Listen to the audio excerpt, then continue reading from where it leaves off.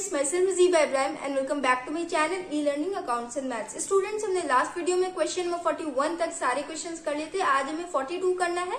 तो देखिए, क्वेश्चन में लिखा हुआ है ए, बी एंड सी तीन पार्टनर्स है, sharing profits and losses in proportion to their fixed capital stood as follows. Profit sharing ratio उनका हमें कैलकुलेट करना उनके कैपिटल बैलेंस से, ओके, एंड उनका कैपिटल बैलेंस फिक्स्ड कैपिटल है। क्वेश्चन में देखिए लिखा हुआ है फिक्स्ड कैपिटल। तो फिक्स्ड कैपिटल के केस में हम दो कैपिटल अकाउंट बनाते हैं ना, first current account and second capital account. Fundamentals में आपने पढ़ा है ना। तो जैसे फंडामेंटल्स में आपने current account and capital account बनाया है, इसमें भी आपको वैसे ही बनाना है, ओके। बट एंट्रीज किन किन आइटम्स की होगी वो थोड़ा सा सुन लीजिए ताकि आप लोग के लिए इजी हो जाए। करंट अकाउंट में reserves and accumulated profit and losses को ट्रांसफर करते हैं, रीवैल्यूएशन अकाउंट के प्रॉफिट एंड लॉस को ट्रांसफर करते हैं, गुडविल का ट्रीटमेंट करते हैं। ये सारे पॉइंट्स की एंट्रीज पार्टनर्स करंट अकाउंट में होती है, okay. And partners capital account में ओपनिंग बैलेंस की एंट्री होती है एंड रिटायर्ड पार्टनर के पेमेंट की एंट्री होती है। रिटायर्ड पार्टनर को कंपनी कैश और चेक के थ्रू पेमेंट करती है या फिर रिमेनिंग बैलेंस को लोन अकाउंट में ट्रांसफर कर देती है ना। तो वो सारे पॉइंट्स की एंट्रीज हम पार्टनर्स कैपिटल अकाउंट में करेंगे, ओके। बाकी सारे पॉइंट्स की एंट्रीज हम करंट अकाउंट में करेंगे। समझ में आया आपको? अगर नहीं समझ में आया तो कोई बात नहीं, सॉल्यूशन के टाइम में आपको और अच्छे से समझ में आ जाएगा। तो पहले हम क्वेश्चन पढ़ेंगे, उसके बाद सॉल्यूशन स्टार्ट करेंगे। सबसे पहले रीवैल्यूएशन अकाउंट बनाएंगे, फिर करंट अकाउंट, फिर कैपिटल अकाउंट, फिर बैलेंस शीट, ओके। तो क्वेश्चन में देखिए बैलेंस शीट दिया हुआ है, आगे लिखा हुआ है बी रिटायर हो गया। बी के रिटायरमेंट के बाद कंटिन्यूइंग पार्टनर्स ने बिजनेस को रन करने का डिसाइड किया। पॉइंट फर्स्ट में लिखा हुआ है that out of fire insurance premium paid during 2021 to 2022, 10,000 be carried forward as unexpired. Students, unexpired given है ना, तो ध्यान से सुनिएगा। जब भी अनएक्सपायर्ड आपको आपके क्वेश्चन में मिले तो उसका मतलब होता है प्रीपेड, ओके। तो प्रीपेड की एंट्री हम जैसे जैसे करते हैं ना, अनएक्सपायर्ड की भी एंट्री सेम वैसे ही होती है। अनएक्सपायर्ड को हम प्रीपेड ही कहते हैं। सॉल्यूशन में हम अनएक्सपायर्ड की जगह पे प्रीपेड वर्ड यूज करेंगे, ओके। तो चलिए सॉल्यूशन के टाइम में मैं आपको और अच्छे से समझाऊंगी। पॉइंट सेकंड में लिखा हुआ है that the land and building be appreciated by 10%। Land and building की वैल्यू 10% से इंक्रीज हो गई है। Point third that provision for doubtful debts be brought up to 5% on debtors. Debtors पे provision for doubtful debts maintain किया गया 5% के हिसाब से। Point fourth that the machinery be depreciated by 5%, machinery की वैल्यू 5% से डिक्रीज हो गई है। Point fifth that a provision for 15,000 be made in respect of an outstanding bill for repairs। Outstanding bills के लिए प्रोविजन बनाया गया, okay. Point six that the goodwill of the entire firm be at 1,80,000 be sure of the same adjusted in the capital account of A and C who share future profits in the proportion of 3/4 and 1/4 respectively। And students, goodwill दिया हुआ है, firms goodwill दिया हुआ है 1,80,000, okay. And लिखा हुआ है retired partner के शेयर ऑफ गुडविल को कंटिन्यूइंग पार्टनर के कैपिटल अकाउंट से एडजस्ट करना है और कंटिन्यूइंग पार्टनर्स का न्यू रेशियो भी गिवन है 3:1। पॉइंट सेवेंथ में लिखा हुआ है that D be paid 50,000 in cash and the balance be transfer to his loan account. B को टोटल अमाउंट में से 50,000 कैश के थ्रू पे किया जाएगा एंड बाकी का पेमेंट लोन अकाउंट में ट्रांसफर कर दिया जाएगा, okay. Prepare revaluation account, partners current account, capital account and the balance sheet of the firm of A and C. तो पहले हम रीवैल्यूएशन अकाउंट करेंगे ना। स्टूडेंट्स, जब भी आपको क्वेश्चन में अनएक्सपायर्ड मिले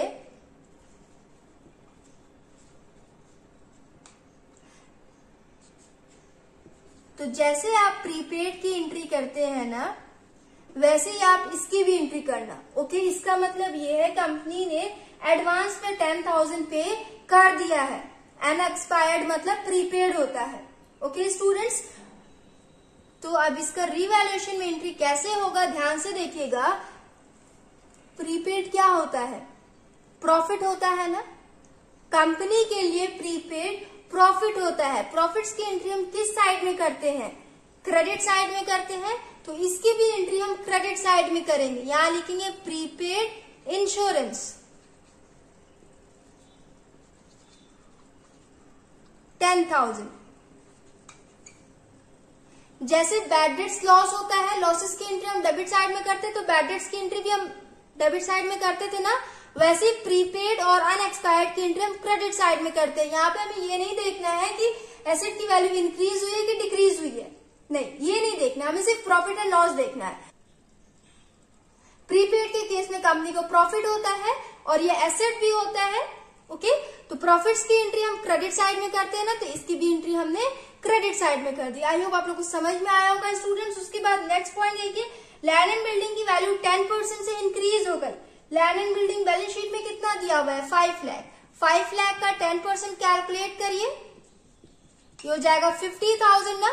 50,000 से वैल्यू इंक्रीज हो गई, एसेट की वैल्यू इंक्रीज होती है तो एंट्री क्रेडिट साइड में जाती है। यहां लिखेंगे लैंड एंड बिल्डिंग।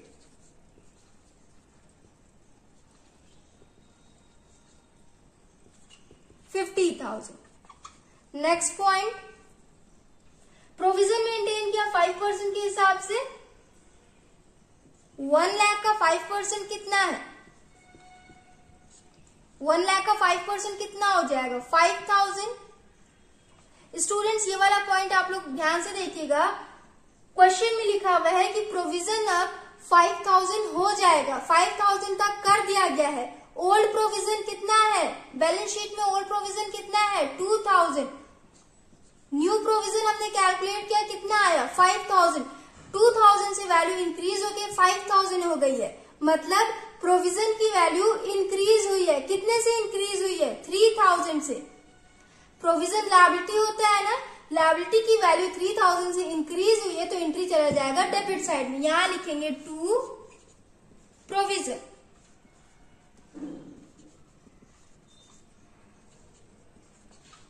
हो गया। उसके बाद नेक्स्ट पॉइंट देखिए, मशीनरी की वैल्यू 5% से डिक्रीज हो गई है। मशीनरी का वैल्यू कितना है, 2,40,000 का 5% कितना हो जाएगा, कैलकुलेट करिए, ये हो जाएगा 12,000।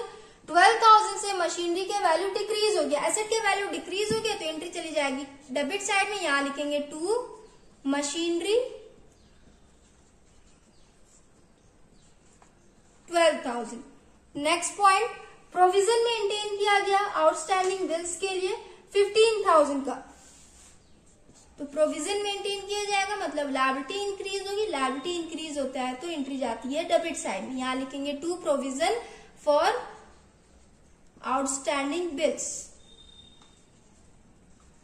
ओके, 15,000। रिवैल्यूएशन अकाउंट हमने बना लिया, अब हम टोटल कर लेते हैं। ओके, क्रेडिट साइड का टोटल हो जाएगा 60,000, डेबिट साइड का टोटल हो जाएगा 3,000 प्लस 12,000 प्लस 15,000, ये हो जाएगा 30,000। माइनस करिए, ये आएगा 30,000। इस साइड बैलेंस कम है ना, इस साइड आ जाएगा to profit transfer to A, B and C. इनके ओल्ड रेशियो में हम ट्रांसफर कर देंगे। ओल्ड रेशियो इनका कितना है, तो ओल्ड रेशियो भी हमें कैलकुलेट करना है। कैपिटल बैलेंस इनका है, ओल्ड रेशियो ध्यान से देखिएगा। ओके, कैपिटल बैलेंस है इनका 3,60,000, 2,40,000 एंड 1,20,000। इसका रेशियो कैलकुलेट करना है ना, तो इसे हम डिवाइड करेंगे, 0 से 0 कट हो जाएगा। 12 से डिवाइड करिए, ये हो जाएगा 12 1 = 12, 12 2 = 24 एंड 12 3 = 36। रेशियो इनका आ गया 3:2:1। ये हो गया इनका ओल्ड रेशियो। ओके, तो ओल्ड रेशियो में हम 30,000 को डिवाइड करेंगे तो कितना हो जाएगा, 30,000 इंटू 3/6। 6 1 = 6,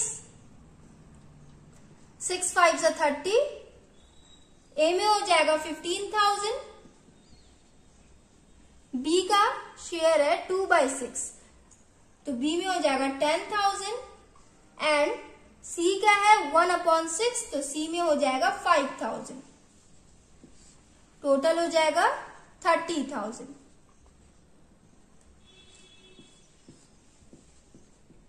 60,000 एंड 60,000। सो स्टूडेंट्स, हमने रिवैल्यूएशन अकाउंट बना लिया। आई होप आप लोगों को समझ में आया होगा। अब हम partners current account and partners capital account बनाएंगे। ओके, तो सबसे पहले ओपनिंग बैलेंस हम पार्टनर्स कैपिटल अकाउंट में लिखेंगे। यहां लिखेंगे बाई बैलेंस बीडी। ए का कितना दिया हुआ है 3,60,000, बी का 2,40,000 एंड सी का 1,20,000। ये हो गया। इसके बाद बैलेंस शीट में देखिए जनरल रिजर्व गिवन है, तो जनरल रिजर्व हम पार्टनर्स करंट अकाउंट में ट्रांसफर करते हैं ना, मैंने अभी आपको बताया। Reserves and accumulated profit and losses की एंट्री करंट अकाउंट में होती है। तो चलिए यहां लिखेंगे बाई जनरल रिजर्व। कितना दिया हुआ है जनरल रिजर्व 1,80,000। तो यहाँ पे देखिए मैं कैलकुलेट कर रही हूँ। ओल्ड रेशियो है इनका 3:2:1। 1,80,000 इंटू 3/6। 6 1 जा 6, 6 3 जा 18। ए में हो जाएगा 90,000। बी का शेयर है 2/6, तो ये हो जाएगा 60,000 एंड सी का शेयर है 1/6, तो सी में हो जाएगा 30,000। समझ में आया ना आपको। उसके बाद रिवैल्यूएशन का प्रॉफिट को भी हम करंट अकाउंट में ट्रांसफर करते हैं ना, तो यहां लिखेंगे बाई रिवैल्यूएशन अकाउंट।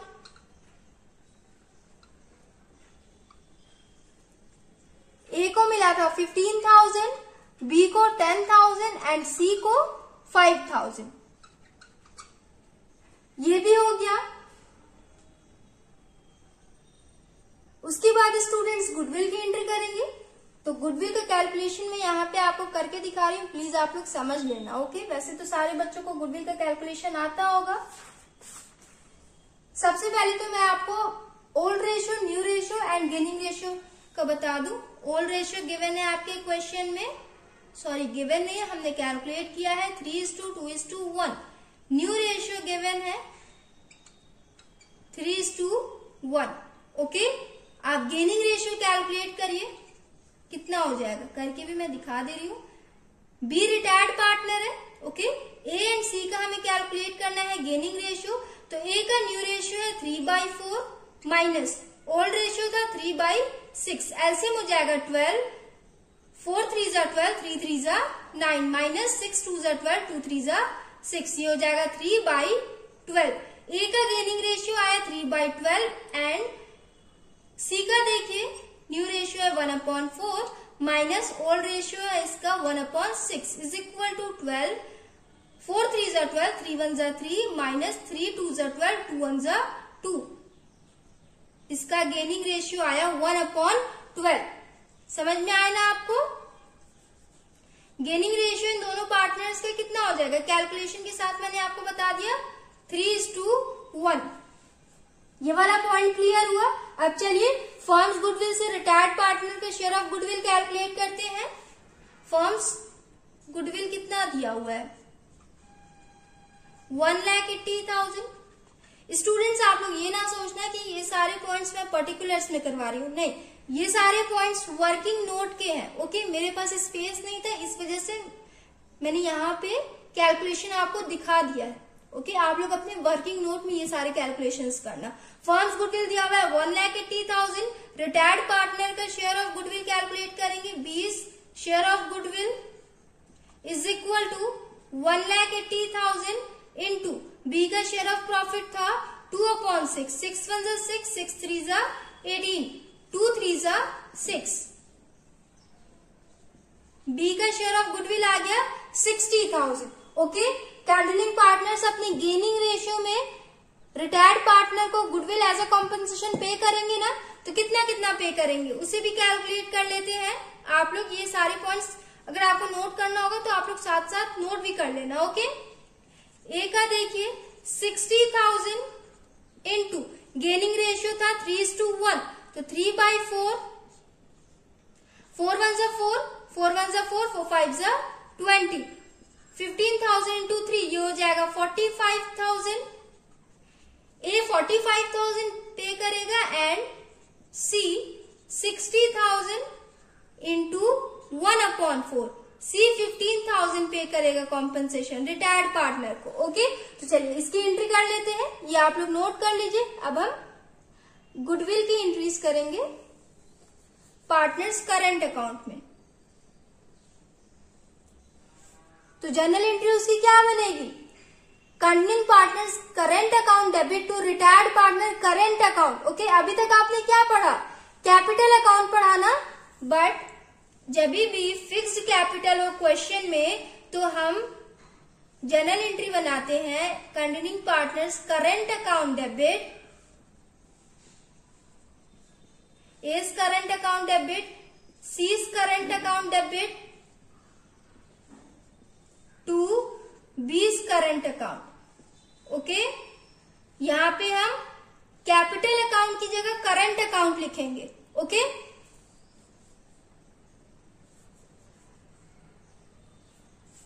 तो करंट अकाउंट के क्रेडिट साइड में हो जाएगा by A's current account. A कितना पे करेगा 45,000 by C's current account, C कितना पे करेगा 15,000। हो गया। उसके बाद डेबिट साइड में भी गुडविल की एंट्री होती है ना, यहां हो जाएगा टू बी's करंट अकाउंट,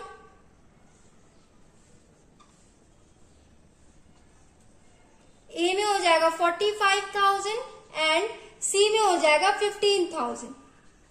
हो गया स्टूडेंट्स, गुडविल की भी एंट्री हमने कर ली। आई होप आप लोगों को सारे पॉइंट समझ में आए हो। अब देखिए, ध्यान से देखिएगा, अब हम दोनों अकाउंट्स का बैलेंस अमाउंट कैलकुलेट करेंगे। ओके, तो चलिए सबसे पहले हम करंट अकाउंट का कर लेते हैं टोटल। ए का क्रेडिट साइड का टोटल आ रहा है 90,000 प्लस 15,000, ये हो जाएगा 1,05,000। 1,05,000 माइनस 45,000, ये हो जाएगा 60,000। यहां लिखेंगे to balance CD. Okay, balance कर लीजिए 1,05,000, ये हो गया। उसके बाद बी का देखिए 60,000 प्लस 10,000 प्लस 45,000 प्लस 15,000, ये हो जाएगा 1,30,000। ओके, तो बी रिटायर्ड पार्टनर है ना, तो रिटायर्ड पार्टनर का आप लोग ध्यान से देखिएगा, रिटायर्ड पार्टनर के बैलेंस को हम बैलेंस सीडी में नहीं लिखते हैं, यहां हम लिखेंगे टू बी's कैपिटल अकाउंट। क्या लिखेंगे, कैपिटल अकाउंट। इस बैलेंस को हम कैपिटल अकाउंट में ट्रांसफर करेंगे। यहां कितना बैलेंस आया 1,30,000 ना, रिटायर्ड पार्टनर के करंट अकाउंट के बैलेंस को हम बैलेंस सीडी में नहीं लिख के कैपिटल अकाउंट में ट्रांसफर करते हैं। ओके, आई होप आप लोग को समझ में आया होगा। 1,30,000 इसका टोटल बैलेंस आया था, तो यहां मैंने 1,30,000 लिख दिया एंड आगे लिखेंगे 20 कैपिटल अकाउंट, क्योंकि इस अमाउंट को हम कैपिटल अकाउंट में ट्रांसफर करेंगे, इसीलिए यहाँ पे 20 कैपिटल अकाउंट हो जाएगा। ओके, अब देखिए सी तो कंटिन्यूइंग पार्टनर है, तो सी का बैलेंस सीडी में ही जाएगा। 30,000 प्लस 5,000, ये हो जाएगा 35,000 माइनस 15,000, कितना हो जाएगा माइनस 15,000, कितना हो जाएगा 20,000 ना, तो बैलेंस सीडी में 20,000 लिख देंगे, यहां लिखेंगे 35,000 एंड यहां पे 1,30,000। करंट अकाउंट हमने बैलेंस कर लिया। आई होप आप लोग को समझ में आया होगा। अब देखिए पार्टनर्स कैपिटल अकाउंट करते हैं, तो सबसे पहले ए का करेंगे, यहां लिखेंगे टू बैलेंस सीडी 3,60,000 एंड सी का करेंगे 1,20,000। ये दोनों समझ में आ गया। उसके बाद रिटायर्ड पार्टनर का जो 1,30,000 आया था, इसे हम कैपिटल अकाउंट में ट्रांसफर करेंगे। मैंने आपको पहले ही बताया है ना, कैपिटल अकाउंट में इस अमाउंट को हम ट्रांसफर करते हैं, इसीलिए यहाँ पे हम कैपिटल अकाउंट लिखते हैं। ओके, यहाँ लिखेंगे by 20 capital account B retired partner है, इसीलिए इसके कैपिटल बैलेंस को हम कैपिटल अकाउंट में ट्रांसफर कर रहे हैं। ओके, तो ये हो जाएगा 1,30,000 हो गया। अब इसके बाद देखिए टोटल करेंगे कितना हो जाएगा 3,70,000। टोटल अमाउंट 3,70,000 आया। फर्म बी को टोटल 3,70,000 पे करेगी, बट इसमें से 50,000 कंपनी ने कैश पेमेंट कर दिया। ओके, तो यहां लिखेंगे टू कैश अकाउंट, बी में हो जाएगा 50,000। रिमेनिंग बैलेंस को कंपनी लोन अकाउंट के थ्रू पे करेगी, तो रिमेनिंग बैलेंस कितना बचेगा 3,20,000। तो यहां लिखेंगे टू बीज लोन अकाउंट 3,20,000। आई होप आप लोग को सारे कैलकुलेशन, सारी एंट्रीज समझ में आई होंगी। 3,60,000, 3,70,000, 1,20,000,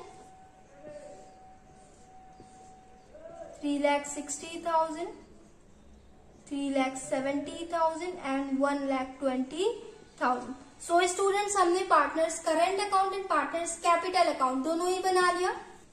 सो स्टूडेंट्स, इसे आपको नोट करना है, आप नोट कर लीजिए। अब हम बैलेंस शीट बनाएंगे। इस साइड में सबसे पहले कैश एट बैंक दिया हुआ है 80,000। तो ये वाला पॉइंट ध्यान से देखिएगा। 80,000 में से 50,000 कंपनी ने रिटायर्ड पार्टनर को पे कर दिया, कैश पेमेंट किया था ना कंपनी ने, तो ये हो जाएगा रिमेनिंग 30,000। ओके, बैंक में जो कंपनी ने कैश रखा था वो डिक्रीज हो गया, वैल्यू 80,000 से 30,000 हो गई, क्योंकि कंपनी ने रिटायर्ड पार्टनर को कैश पेमेंट किया है। ये वाला पॉइंट समझ में आया। उसके बाद डेटर्स देखिए, 1 lakh less provision,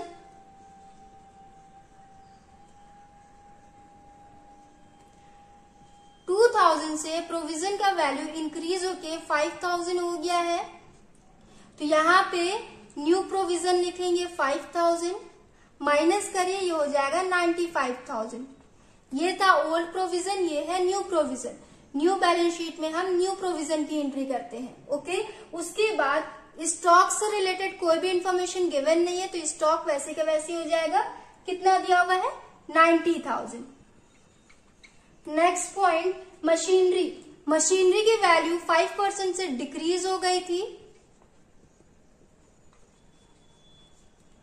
2,40,000 minus 12,000,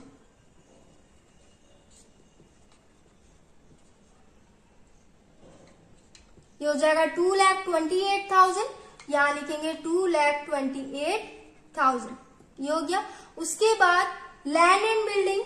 land and building का वैल्यू 10% से इंक्रीज हो गया था। लैंड एंड बिल्डिंग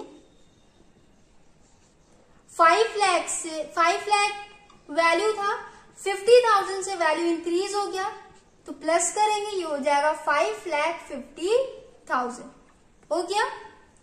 उसके बाद स्टूडेंट्स एडजस्टमेंट में आप लोग देखिए, फायर इंश्योरेंस प्रीमियम गिवन है ना अनएक्सपायर्ड, मैंने आपको बताया था प्रीपेड, इसे हम समझते हैं। तो प्रीपेड की एंट्री एसेट साइड में होती है ना, तो यहां लिखेंगे प्रीपेड इंश्योरेंस 10,000 हो गया। एसेट साइड हमने कंप्लीट कर लिया, टोटल कर लीजिए इसे, ये हो जाएगा 10,03,000। ओके, एसेट साइड हमारा कंप्लीट हो गया। अब हम लायबिलिटी साइड करेंगे। तो लायबिलिटी साइड में सबसे पहले क्रेडिटर्स गिवन है ना, तो यहां लिखेंगे क्रेडिटर्स 1,08,000। उसके बाद जनरल रिजर्व तो हमने पार्टनर्स के बीच में डिस्ट्रीब्यूट कर दिया, उसकी एंट्री होगी नहीं। कैपिटल अकाउंट दिया हुआ है ना, तो अब हम कैपिटल अकाउंट का भी बैलेंस लिखेंगे और करंट अकाउंट का भी बैलेंस लिखेंगे, क्योंकि हमने दोनों अकाउंट मेंटेन किया है। तो सबसे पहले यहां हम लिखेंगे current account A and C 60,000 and 20,000, ये हो जाएगा 80,000। स्टूडेंट्स आंसर आप लोग चेक कर लिए तो 60,000 और 20,000 के आगे क्रेडिट बैलेंस गिवन है ना, ये गिवन है ना। हमने करंट अकाउंट का जब बैलेंस अमाउंट निकाला था तो डेबिट साइड में आया था 60,000 एंड 20,000। अगर आप कंफ्यूज हो रहे होंगे कि वहां तो डेबिट साइड में आया था बट यहाँ पे आंसर में क्रेडिट क्यों लिखा हुआ है, तो उस बैलेंस को कंपनी अब जब भी नेक्स्ट टाइम कंटिन्यू करेगी तो क्रेडिट में उसकी एंट्री करेगी ना, तो इस वजह से क्रेडिट बैलेंस गिवन है। ओके, तो आप लोग कंफ्यूज ना हो ना, उससे आपका कोई लेना देना नहीं है। करंट अकाउंट का हमने बैलेंस लिख लिया, अब हम कैपिटल अकाउंट का बैलेंस लिखेंगे।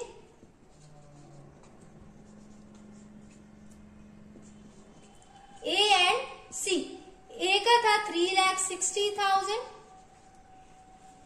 फिक्स्ड।